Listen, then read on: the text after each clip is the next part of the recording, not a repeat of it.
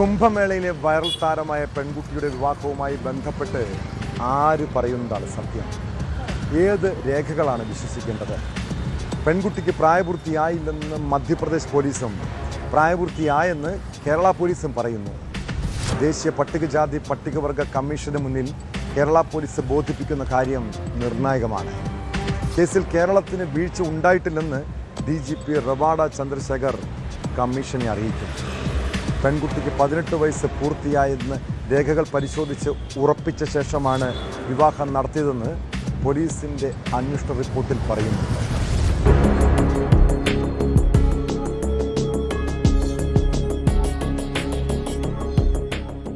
പെൺകുട്ടിയുടെ വിവാഹം സംബന്ധിച്ച കേസിൽ ദേശീയ പട്ടികജാതി പട്ടികവർഗ കമ്മീഷന് മുന്നിൽ DGP ബുധനാഴ്ച നേരിട്ട് ഹാജരാകും.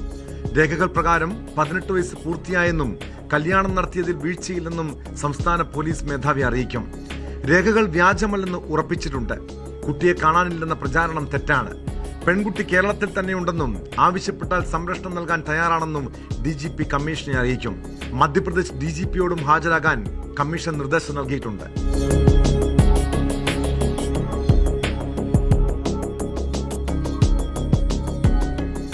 പെൺകുട്ടിയുടെ മൊഴിയെടുക്കണമെന്ന നിലപാടിലാണ് മധ്യപ്രദേശ് പോലീസ്.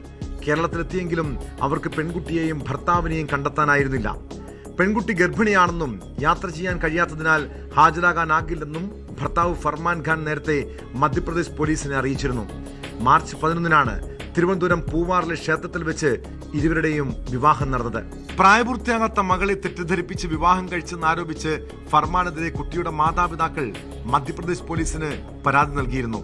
കുടുംബം ഹാജരാക്കിയ രേഖകൾ പരിശോധിച്ച ശേഷമാണ് ഭർത്താവിനെതിരെ പോക്സോ കേസ് രജിസ്റ്റർ ചെയ്തത്. അതേസമയം ഈ രേഖകൾ കെട്ടിച്ചമച്ചതാണെന്നാണ് പെൺകുട്ടിയുടെയും ഫർമാൻ ഖാന്റെയും നിലപാട്. ഇരുവരുടെയും അറസ്റ്റ് മെയ് 20 വരെയും ഹൈക്കോടതി തടഞ്ഞിട്ടുണ്ട്.